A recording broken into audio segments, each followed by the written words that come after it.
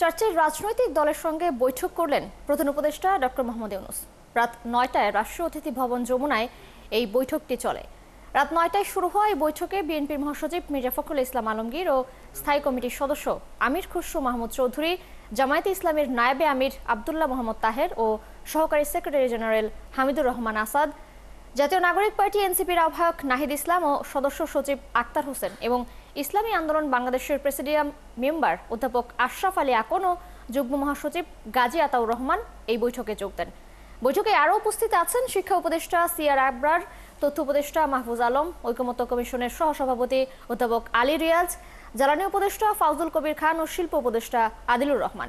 সোমবার উত্তরায় milestone school and কলেজে বিমান বিধ্বস্ত হয়ে হতাহতের ঘটনা এবং এর প্রতিক্রিয়ায় আজ সচিবালয় উত্তরায় বিক্ষোভের পর এই বৈঠক করছেন প্রধান উপদেষ্টা। দর্শক, এই মুহূর্তে কথা বলছেন আইন উপদেষ্টা ডক্টর আসিফ নজরুল। আমরা সরাসরি সেখানে চলে যাচ্ছি। জামাত, এনসিপি এবং ইসলামী আন্দোলন আর বৈঠকের সময় আমরা কয়েকজন উপদেষ্টা ছিলাম, আমাদের প্রধান উপদেষ্টার প্রেস সচিব ছিলেন।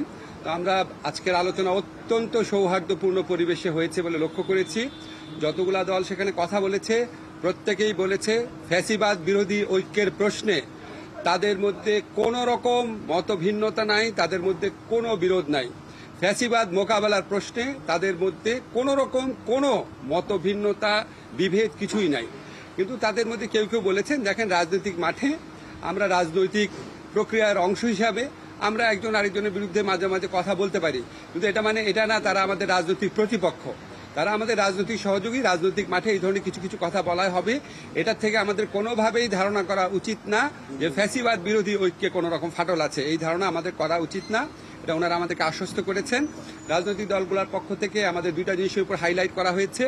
একটা হচ্ছে আমরা আইন শৃঙ্খলা পরিস্থিতি রক্ষার ক্ষেত্রে আমরা যেন আরও শক্ত অবস্থান নেই, এটা ওনারা বলেছেন, যে ক্ষেত্রে আমাদের কিছুটা ঘাটতি আছে এটা বলেছেন। আরেকটা বিএনপির পক্ষ থেকে বিশেষভাবে বলা হয়েছে যে নির্বাচন প্রক্রিয়ার দিকে আমাদের সুষ্ঠুভাবে অগ্রসর হওয়া উচিত।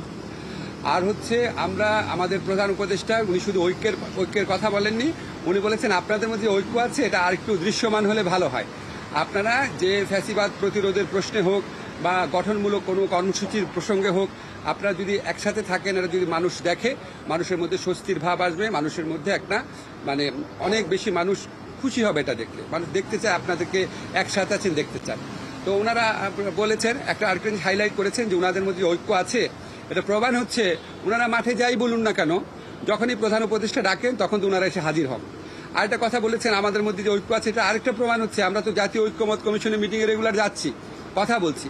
ওনারা মূলত আমাদেরকে যে এই মেসেজটা দিয়েছেন চারটা বড় দল, যে রাজনৈতিক দলগুলোর ঐক্য নিয়ে, বিশেষ করে ফ্যাসিবাদ বিরোধী প্রশ্নে ঐক্যবদ্ধ, ওনাদের মধ্যে একতা এবং ঐক্য নিয়ে আমাদের মধ্যে কোনো রকম হতাশা, কোনো রকম প্রশ্ন, কোনো রকমের টেনশন থাকার প্রয়োজন নাই। ওনারা আইডেন্টিফাই করেছেন যে দেশের বিভিন্ন স্থানে যে নিষিদ্ধ দল আছে, যে ফ্যাসিস্টদের সহযোগী আছে, তারা মাঝে মাঝে মাথাচাড়া দেওয়ার চেষ্টা করছে। সেই ক্ষেত্রে ওনারা বলেছেন আমাদেরকে প্রশাসনিকভাবে কঠোর ব্যবস্থা নিতে। আমরা ওনাদের বলেছি আপনারা মাঠে দৃশ্যমান ঐক্যটা আরও বেশি দৃশ্যমান করবেন।